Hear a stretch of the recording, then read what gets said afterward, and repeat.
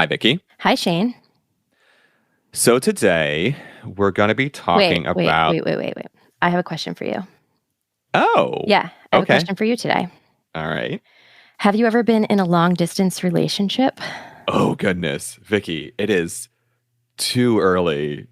No, Well, it's always never. too early to talk about this. I have, actually. I was in three long-term, long-distance relationships. Long-term? More than at least a couple years each. No, Shane. Yeah. You're not that old. That's like a significant chunk of your dating life. You don't have to tell me. Yeah. College into grad school, and I ended up moving a significant distance away from college into grad school, and that I would say in all of these, like, distance wasn't the factor, frankly, but it didn't help. But yeah, college into grad school, like every 6 months, honestly, because we were both scientists and had field seasons where we had to travel. And so we'd basically spend 6 months together and 6 months apart and 6 months together and 6 months apart. Because unfortunately, that's like what happens in academia sometimes. And that's more of an indictment of the system, if I'm being honest. Blame it on the system. I'm going to blame it on the system. And then, yeah, when I first actually moved to DC, between DC and Pennsylvania. And so, yeah, I'm not like, some people make it work, but for me, again, and it was never the distance, but it wasn't right. And now, like, I'm getting married actually, like, in a month. And so Congratulations. I'm pretty happy the way things turned out with how things are going. Yeah. So yeah, those other relationships. Yeah, so like not super great on my end. What about you? I've had a couple of long distance relationships, and actually like a couple of long distance periods with my husband. Oh, really? Now, yeah, and it all worked out. We always tried to think of it as like military families are separated for long periods of time, and they make it work. We can make it work too. So my husband and I met at science camp. Oh, that's so fitting for what we're doing right now. Yeah, when we were in high school. So then we were like, and we obviously were like, oh, we're going to get married. We've known each other for 3 days and we're going to get married.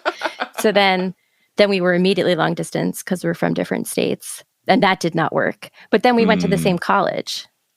Intentionally? Well, the science camp was like at the college. Okay. And I'm lazy. So I was like, that'll work. So I went to college there. It was a really good college. Hobart and William Smith. There you go. But I think my husband researched more and ended up there, like, legitimately. But so then we did, dated on and off, did summers, long distance. Then he moved to Vermont to do law school. So we were long distance. Then I moved up after him. Then after we got married, actually, did a year apart. He he found his dream job and he really wanted it. And I said, you could do that, but I don't want to live where it is.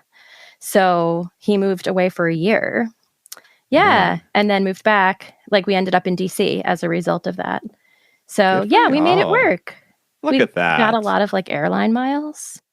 Hey, you know what? If nothing else, you got a lot of airline miles. Yeah. We're just really independent people. So it worked for us. But good. Well, I'm happy that this could end on a high note, Vicky. Yeah.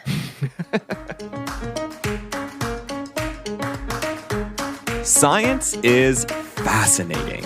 But don't just take my word for it. Join us as we hear stories from scientists for everyone. I'm Shane Hanlon. And I'm Vicky Thompson. And this is Third Pod from the Sun. Okay, so we don't need to belabor anymore of my unsuccessful experience with long distance, and Vicky, you're successful, good for you, experience with it. But how all this fits into what we're actually talking about today, we're going to figure this all out, and to explain where we're actually going with this, I want to bring in producer Katrina Jackson. Hi, Katrina. Hi, Shane. Why are we doing this? Why did we subject ourselves to talking about long distance relationships? Well, I thought this would be a good setup to talk about the long-distance relationship that we all have with that giant ball of plasma 90 million miles away. So you're talking about the sun? That's a good setup. Are you setting us up with the sun? Well, I mean, you've already been pretty much dating the sun your whole life, right? Wait, okay, maybe that analogy is getting a little weird. We've been in a relationship with the sun. That's okay. But just like a physical one. No. Wait, no, that's weird too. Well, a relationship based on physics. A physics-soul relationship? Oh, stop. Never.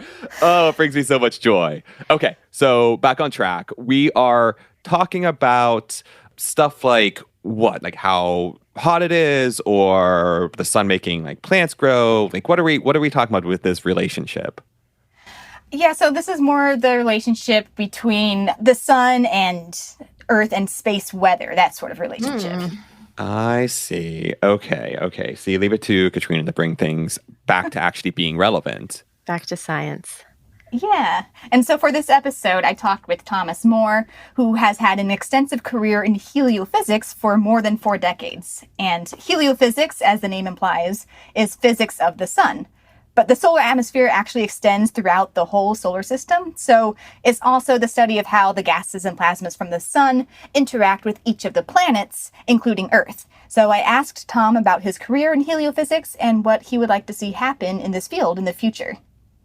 Great. Let's get into it.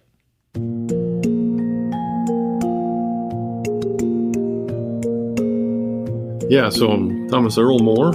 I'm a heliophysicist, and also maybe with a subspecialty in geospace physics, which makes me a geophysicist, which allows me to be a member of the American Geophysical Union. So throughout your career, you've been mostly interested in studying our own solar system compared to other solar systems. Is that correct? Yeah, when I headed for graduate school, I had thought about, did I want to go into astrophysics or something different? And I was specifically looking to study this kind of subject inside the solar system, and mainly because we're here. You know, people in life is only known so far to be inside our solar system and really only on our planet. So I had this underlying interest in life and evolution, I guess, not so much in biology, although you can't really separate them. Anyhow, that was the discriminator for me. Heliophysics, everything inside the solar system, and then there's all the stuff outside the solar system, which gotten to be more and more interesting over time. But I hear you got to do sounding rocket experiments in grad school to study the auroras. So what was that like? Did you get to go to any interesting places to do that? yeah, they're mostly Arctic places, but and they're very interesting. My graduate project was done out of Alaska, Chattanooga, which is near Fairbanks. So you're way up in the Arctic Circle, and the aurora comes out there almost every night, or at least every few nights. And so you can do a 2-week or 3-week expedition or field expedition up there. I think the best aurora I ever saw, though, was in Tanglewood, the Tanglewood Music Theater in, I think it's Lee, Massachusetts, where aurora came out during a Rachmaninoff performance, and it was like it was choreographed. It was just unbelievably gorgeous aurora in western Massachusetts. Nice and dark out there with a symphony playing. Fantastic. I assume that wasn't part of any of your rockets experiments. That was just, you were at a concert. No, that was just good karma. I did see aurora in Huntsville, Alabama once. Really? A barn burning red aurora. Yeah, it's very unusual. And the biggest space storms that occur can send the aurora down that far, and even to Florida very rarely. So a buddy of mine rousted me out to see this.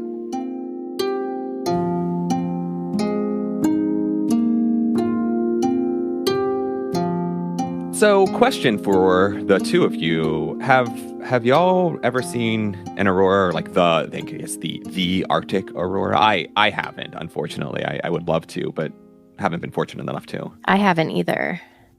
I have actually. Back when I was in grad school in North Dakota, I was able to see a little bit of the aurora there and up into the border of Canada.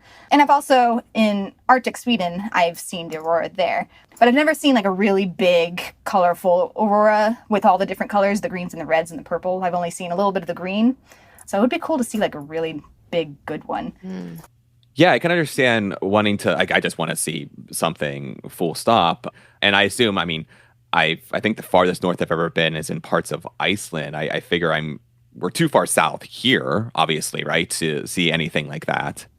Well, I guess apparently if there's a really big storm, you might be able to see it as far south as here. And Thom mentioned seeing that one all the way down in Alabama, but you've got to have a really big storm for it to be visible way down there. Yeah, I don't know what's the return on investment or the what makes it worth it to have a storm that big enough that like I think I'd be worried about other things happening other than just like seeing an aurora. Yeah. And Thom was actually telling me about a really big solar storm that happened in 1972. And I think you talked about that storm on this podcast a few years ago, right? About how it caused sea mines near North Vietnam to explode. Yeah, that was such a wild story. That was in kind of the fledgling days of Third Pod. But go back and listen to it, folks. We'll put a link to it in the notes. But the cliff notes is there was a solar storm that ended up causing naval mines, like think aquatic mines that sink things like battleship, like you sunk my battleship, to explode, or at least that's the running hypothesis.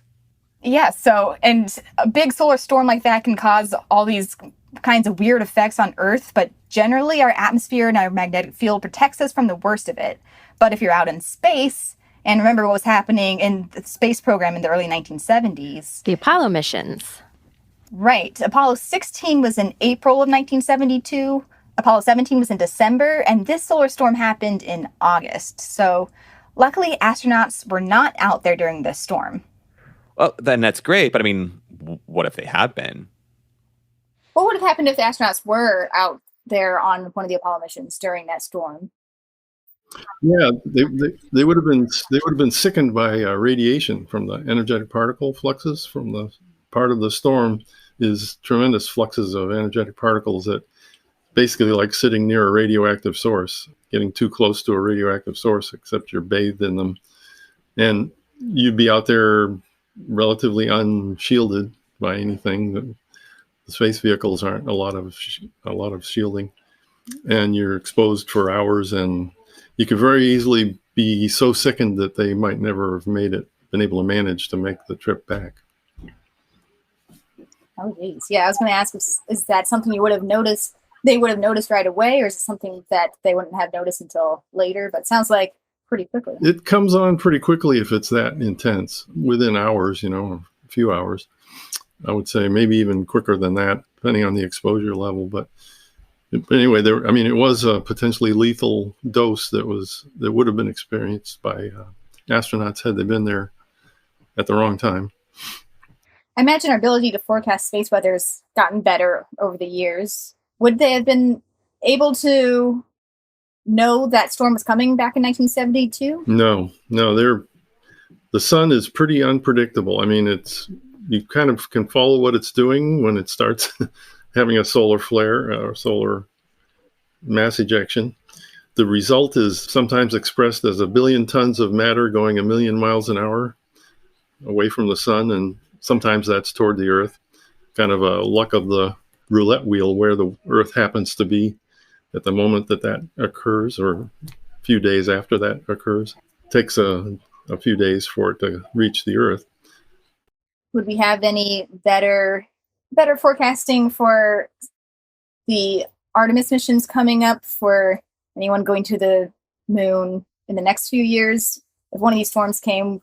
Yes, and there'll be warnings, and I think they'll probably go with mechanisms to shield themselves. If they'll set up ways of being shielded and scramming into some kind of a shielded structure if the storm is found to be approaching.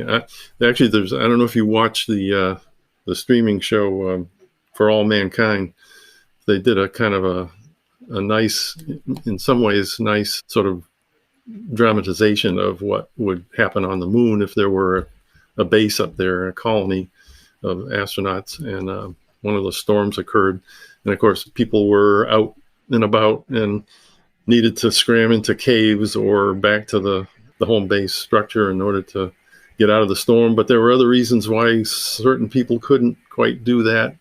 And other people got stuck on the surface of the moon, and other people tried to save them. And it was really quite a nice dramatization of the kind of things that can happen Anybody that goes there in the future, I'm sure, will be prepared to try and duck such radiation levels and stay safe. And they'll have good support. It'll be known hours in advance that something is coming.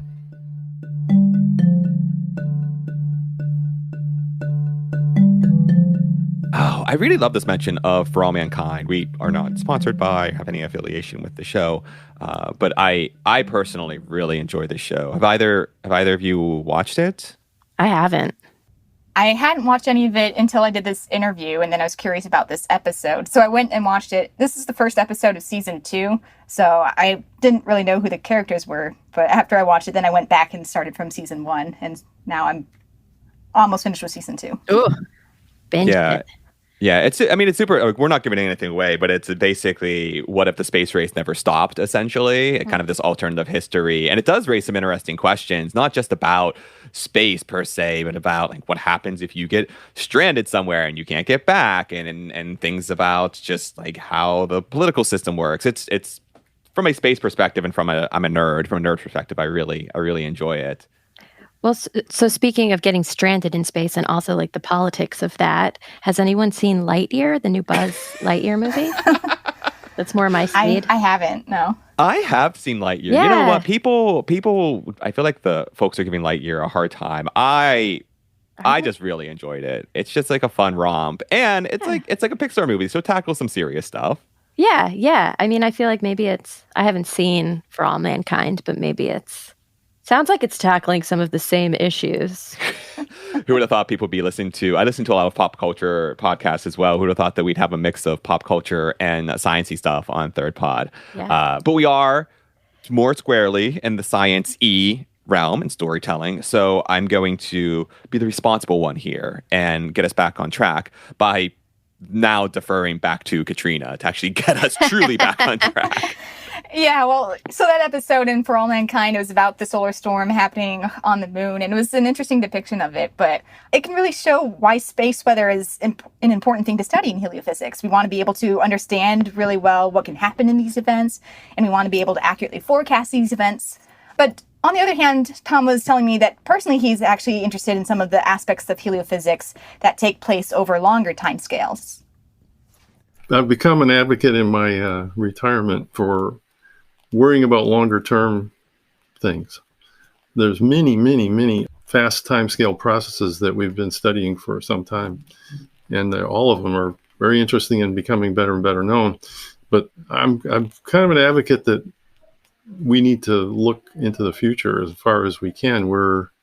That's really kind of what distinguishes human beings, is having the ability to anticipate, at least speculate, but preferably actually anticipate what kinds of things will happen. Once you understand what's going on, you can anticipate where it's going.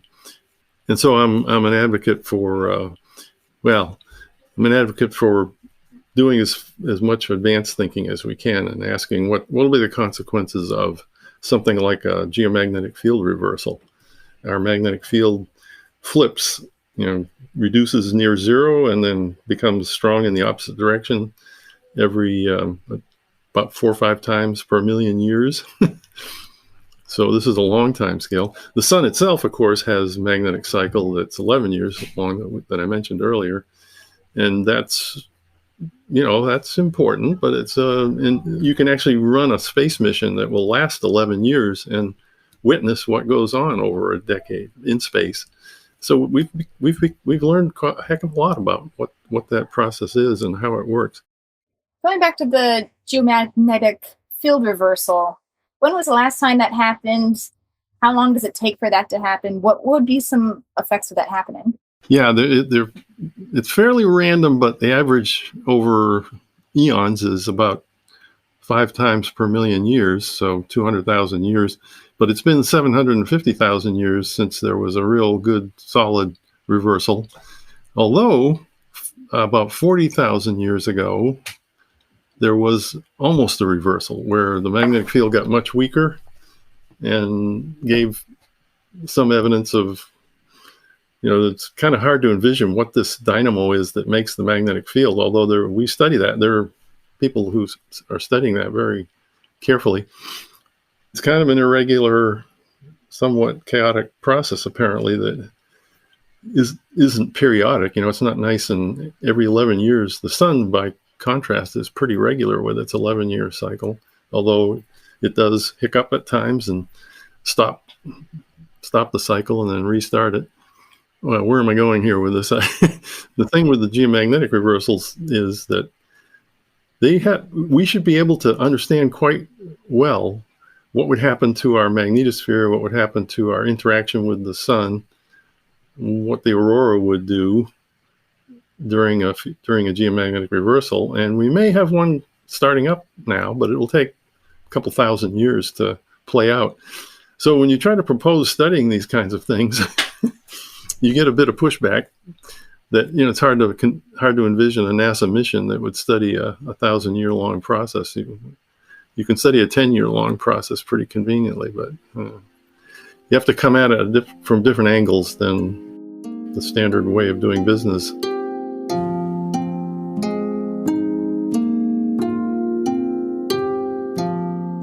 I know I don't fully understand this geomagnetic reversal thing. So basically the North Pole becomes the South Pole and the South Pole becomes the North Pole, right? Yeah, that's the gist, but I don't think anyone really fully understands it. At least that's the impression I got from my conversation with Thom and the little bit of reading I did.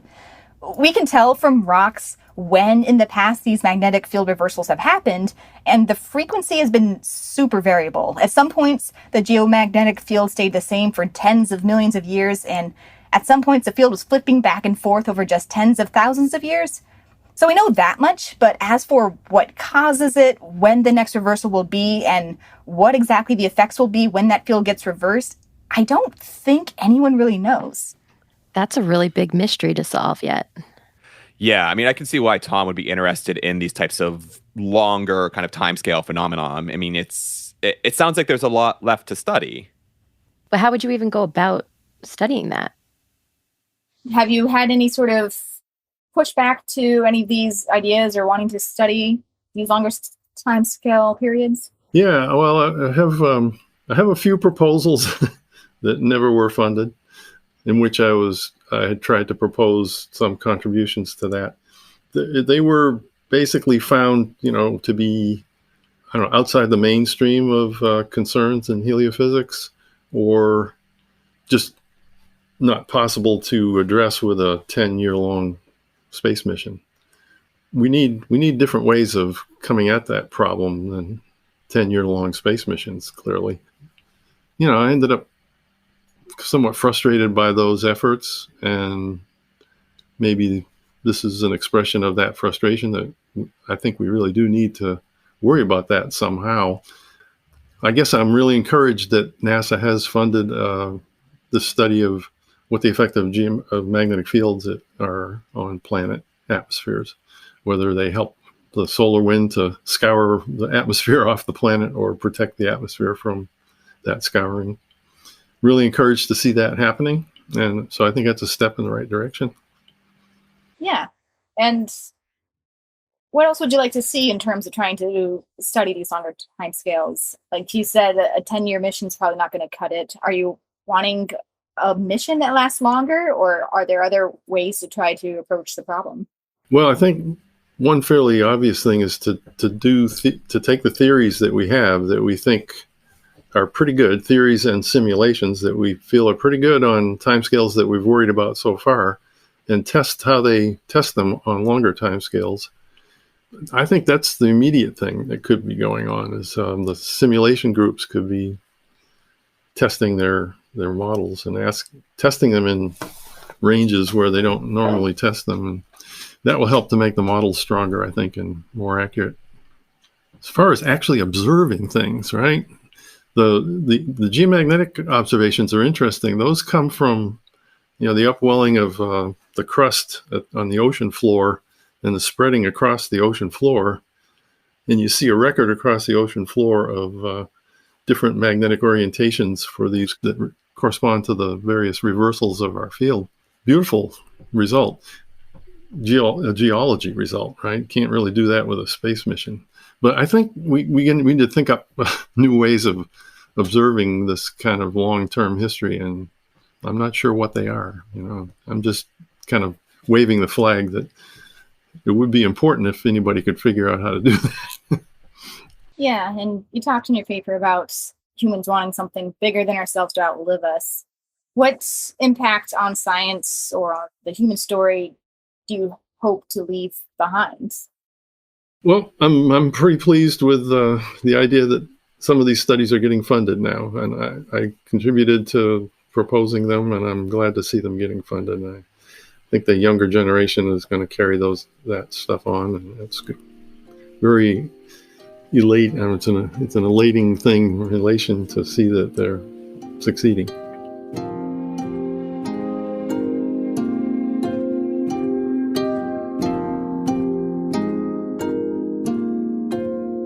That's a pretty big question, but I'll ask you the same question I asked Thom. What impact do you want to leave behind?